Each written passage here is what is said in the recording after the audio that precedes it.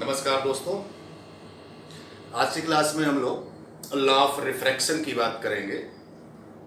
पिछली क्लास में हम लोगों ने लॉ ऑफ रिफ्लेक्शन का प्रूफ देख लिया था, तो आज की क्लास में हम लोग लॉ ऑफ रिफ्रैक्शन का प्रूफ देखेंगे। तरीका बिल्कुल वही होगा।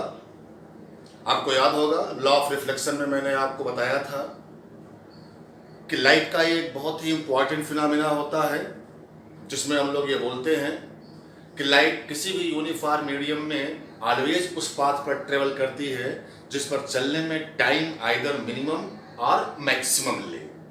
तो इसी को हम लोगों ने लेकर के लॉ ऑफ रिफ्रैक्शन को प्रूव करके देख लिया था। तो आज की क्लास में हम लोग लॉ ऑफ रिफ्रैक्शन की बात करेंगे। लॉ ऑफ रिफ्लेक्शन प्रूफ करके आपने देखा जैसे, बिल्कुल वैसे ही हम लोग लॉ ऑफ रिफ्रैक्शन को भी प्रूफ करके देखेंगे। तो चलिए मान लेते हैं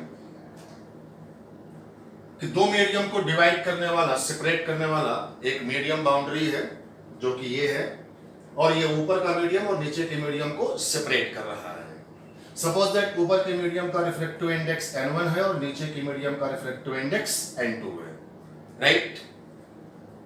कोई एक लाइट की रे n1 के रिफ्रैक्टिव इंडेक्स मीडियम में से चल करके आएगी और इस मीडियम बाउंड्री से रिफ्रैक्ट होकर के, ट्रांसमिट होकर के n2 के मीडियम में जाएगी। आप अच्छे तरीके से जानते हो कि रिफ्रैक्शन का फिनोमेना क्या होता है। जब लाइट एक मीडियम से दूसरे मीडियम में जाती है तो अपने पाथ से डेविएट होती है, ठीक है। तो चलो मान लेते हैं कि ये लाइट रे n1 के मीडियम में से आकर के रिफ्रैक्टिंग सरफेस के ऊपर इंसिडेंट हो गई। ये नॉर्मल हम लोगों ने ड्रॉ कर दिया, किसी एंगल पर आकर के इंसिडेंट हुआ, लेट दैट एंगल इज θ1, इसे हम लोग बोलते हैं इंसिडेंट एंगल, और n2 के मीडियम में वो रिफ्रैक्ट होकर के जाएगी। और जब ये n2 के मीडियम में जाएगी तो अपने ओरिजिनल पाथ से डेविएट होकर के कुछ ऐसे निकल जाएगी। इसका ओरिजिनल पाथ ध्यान रखिएगा, वो ये था। तो रिफ्रैक्शन ये होता है कि एक मीडियम में से दूसरे मीडियम में जाए और अपने पाथ से लाइट डेविएट हो जाए, या तो नॉर्मल की ओर आएगी या तो नॉर्मल से दूर जाएगी। चलो मान लिया हमने कि नॉर्मल की ओर आ गया और नॉर्मल से जो है किसी एंगल θ2 पर ये जा रही है, तो इसे हम बोलते हैं एंगल ऑफ रिफ्रैक्शन। तो θ1 is the incident angle and θ2 is the refracted angle. Clear है ये? चलो मान लो कि पॉइंट A यहां पर है जहां से लाइट रे हमारी चली थी, फिक्स पॉइंट है ये, और पॉइंट B हम लोग यहां पर ले लेते हैं जहां पर रिफ्रैक्शन के बाद जब लाइट रे पहुंच रही है। ये दोनों पॉइंट A और B फिक्स हैं। पॉइंट A और पॉइंट B डिफरेंट मीडियम में फिक्स थे और लाइट A से चल करके B तक गई वाया रिफ्रैक्शन।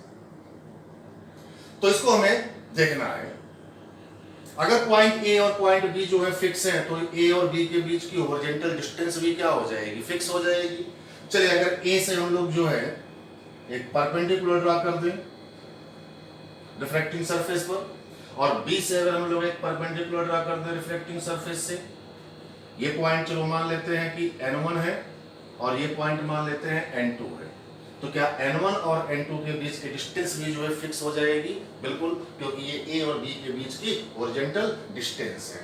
मान लेते हैं कि n1 और n2 के बीच की डिस्टेंस जो है d के इक्वल है, कांस्टेंट हो गया है, फिक्स हो गया है, ठीक है भाई। ये पॉइंट P चलिए हम लोग मान लेते हैं जहां पर से रिफ्रैक्शन हो रहा है। ये पॉइंट P अननोन है, ठीक है, अपने को नहीं मालूम है कि पॉइंट P कहां पर है। तो उसके लिए हम लोग मान लेते हैं कि n1 से जो है वो x की डिस्टेंस पर है, x अननोन है, वेरिएबल हम लोगों ने मान लिया है। तो अगर n1 से पॉइंट P की दूरी x है, तो बताइए n2 से पॉइंट P की दूरी कितनी हो जाएगी? d माइनस x, क्योंकि n1 और n2 के बीच की दूरी कितनी है? d। तो this distance is d minus x, d minus x हो गया। क्लियर?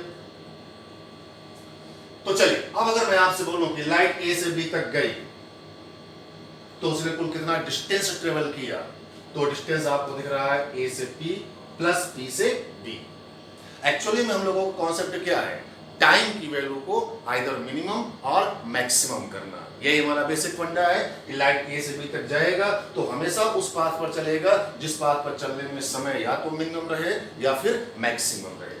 अगर लाइट A से चल करके B तक गया दिस पाथ के थ्रू, तो इस पाथ पर चलने में जो समय होगा वो या तो मिनिमम या तो मैक्सिमम होगा। क्लियर है ये? तो चलिए, ए से पी तक जाने में कितना समय लगा वो अलग से निकाल लें, और पी से बी तक जाने में समय कितना लगा वो अलग से निकाल लें, दोनों टाइम को ऐड कर दें तो उसके द्वारा लिया गया टोटल टाइम फाइंड हो जाएगा। और लाइट यहाँ पर अलग अलग मीडियम में चल रहा है, और आप जानते हो कि डिफरेंट मीडियम में लाइट की वेलोसिटी डिफरेंट होती है। तो चलिए, अगर n1 के मीडियम में है तो मान लिया कि उसकी स्पीड कितनी है v1, और n2 के मीडियम में जब वो चला होगा तो उसकी स्पीड कितनी हो गई, v2 हो गई। इसका मतलब कि A से P तक की डिस्टेंस v1 की स्पीड से कवर करेगा, और P से B तक की डिस्टेंस v2 की स्पीड से कवर करेगा। A से P तक की डिस्टेंस कवर करने में समय मान लेते हैं कितना लगा, t1। ऐसे ही P से B तक जो है जाने में समय मान लेते हैं कितना लगा, t2। टोटल टाइम कितना हो जाएगा, t1 प्लस t2 हो जाएगा। अब इस t1 और t2 को हम लोग अलग से फाइंड कर लेते हैं। तो बताइए, t1 equal to what, distance upon speed.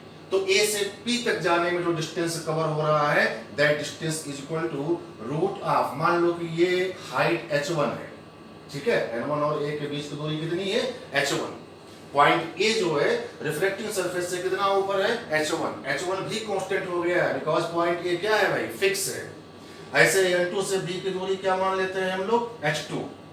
Reflecting surface से पॉइंट B कितना नीचे है, h2 की डिस्टेंस नीचे है। तो h1 और h2 ये दोनों भी कांस्टेंट है, ध्यान रखिएगा इस चीज के लिए, क्योंकि पॉइंट A और पॉइंट B हम लोगों ने फिक्स कर दिए हैं। तो h1 h2 और A और B के बीच की हॉरिजॉन्टल डिस्टेंस जो कि d है, ये फिक्स है, कांस्टेंट है। तो now we can write distance AP। Distance AP इस राइट एंगल ट्रायंगल से आप लिख सकते हो पाइथागोरस के थ्योरम से, this is equal to root of h1 square plus x square. तो h1 square plus x square, ये लेंथ हो गई AP। तो टाइम t1 की वैल्यू डिस्टेंस अपॉन स्पीड, तो this is equal to root h1 square plus x square upon speed. कौन सी speed से चला वो, v1 की स्पीड से। सिमिलरली t2 की वैल्यू भी आप लिख सकते हो, t2 equal to distance upon speed. तो बोलिए डिस्टेंस की वैल्यू कितनी है, p से लेकर के b तक की, इस वाले राइट एंगल ट्रायंगल से आपको दिखनी चाहिए वो डिस्टेंस।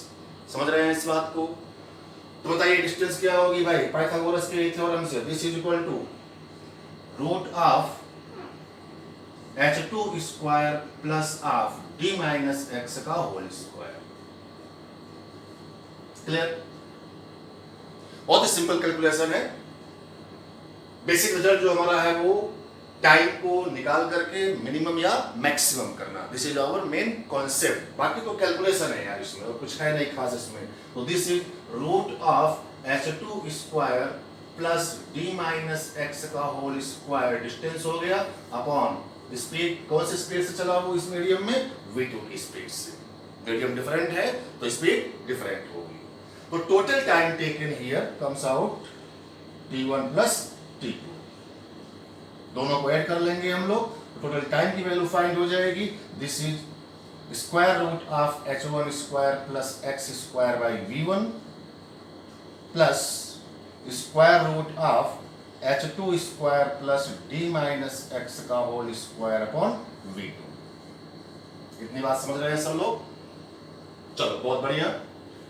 अब हम लोग अप्लाई करते हैं mathematical result for maxima and minimum. तो टाइम की मैक्सिमम और मिनिमम वैल्यू होने के लिए हम लोगों को उसका डेरिवेटिव इक्वल टू 0 करना होगा।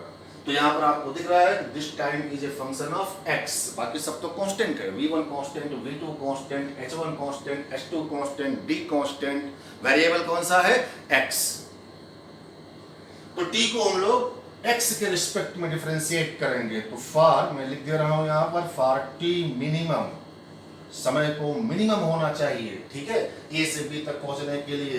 तो हमें dt बाई dx, x के रिस्पेक्ट में t का डेरिवेटिव निकाल करके इक्वल टू 0 कर देना होगा, राइट। अब इसका डिफरेंशिएशन जो है आपको करना आना चाहिए। तो चलिए डेरिवेटिव करते हैं t का x के रिस्पेक्ट में, ठीक है। तो इस वाले टर्म का डेरिवेटिव आप कर लेंगे, तो 1 बाई v1 कांस्टेंट है, बाहर रहेगा। Root of h1 square plus x square का derivative 1 by 2 h1 square plus x square power minus 1 by 2 और अंदर वाले का भी करेंगे तो ट्वाइस एक्स हो गया, ये आ गया। इस वाले का डेरिवेटिव करोगे तो प्लस 1/v2 बाहर रहेगा, कांस्टेंट है। h2 square plus d minus x का होल स्क्वायर के रूट का करेंगे तो 1/2 h2 square plus d minus x का होल स्क्वायर पावर -1/2, ये आया। और अंदर वाले का भी करेंगे h2 square plus d minus x के होल स्क्वायर का, तो this is comes out 2 times of d minus x, और d माइनस एक्स का भी करेंगे तो -1 आ गया, ये डेरिवेटिव आ गया भाई, ठीक है। And this is equal to 0, इसे किसके बराबर कर देना है आपको, 0 के इक्वल कर देना है। क्लियर है, इतनी बात समझ में आ रही है सबको। अब इसको सिंप्लीफाई कर लो और देखते हैं क्या रिजल्ट अपने सामने आता है। तो चलिए मैं यहां पर ऊपर लिख रहा हूं इसको सिंप्लीफाई करने के बाद।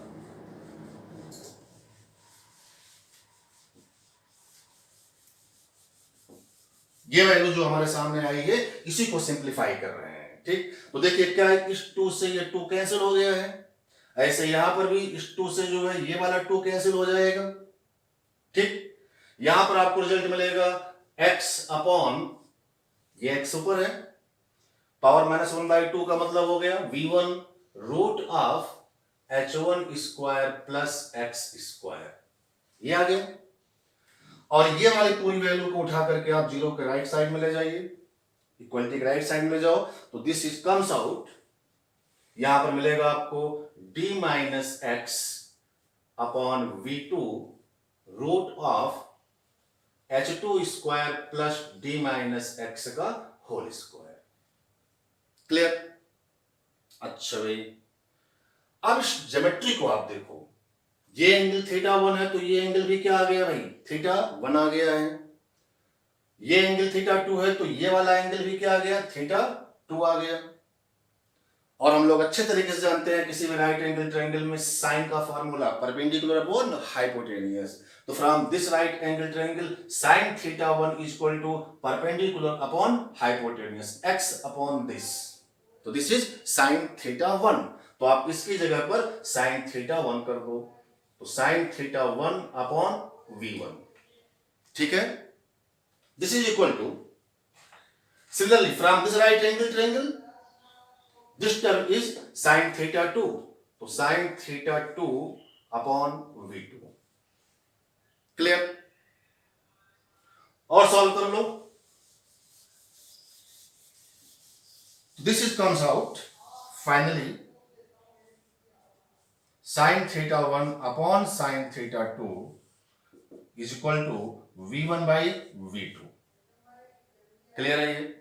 और v1 बाई v2 की वैल्यू हम लोग अच्छे तरीके से जानते हैं, n2 by n1, refractive index और स्पीड ऑफ लाइट में रिलेशन जो हम लोग जानते हैं वो ये होता है कि किसी भी मीडियम में लाइट की वेलोसिटी का जो रिजल्ट होता है that result is v is equal to c by n, जहां पर c is the speed of light in air और vacuum and n is the refractive index of the medium.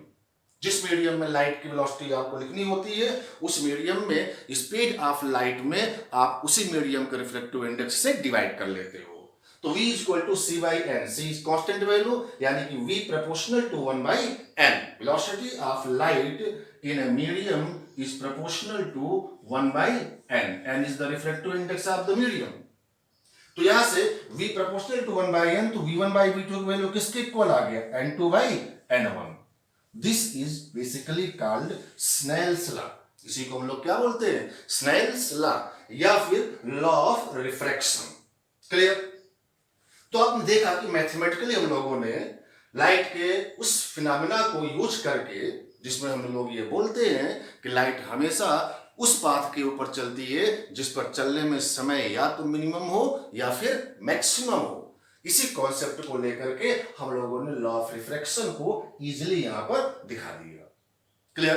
तो I hope आपको ये बात समझ में आ गई होगी। तो चलिए अगले लेक्चर में लाइट के इसी रिफ्लेक्शन और रिफ्रैक्शन के जो रिजल्ट हमारे पास है दोनों रिजल्ट को हम लोग वेक्टर के फॉर्म में जो है डिस्कस करेंगे, क्योंकि ये बहुत इंपॉर्टेंट है। न्यूमेरिकल्स में मैक्सिमम लोग जो है जब वेक्टर के फॉर्मेट में जो है रिफ्लेक्शन और रिफ्लेक्शन का एप्लीकेशन आता है तो गलतियां करते हैं। तो वो गलतियां आपसे ना हो तो उसके लिए इसका मैथमेटिकल वेक्टर रिजल्ट क्या होगा उसको डिस्कस करेंगे। ठीक है, चलिए मिलते हैं नेक्स्ट क्लास में vector format of the law of reflection and refraction के साथ में। ठीक, okay, thank you very much.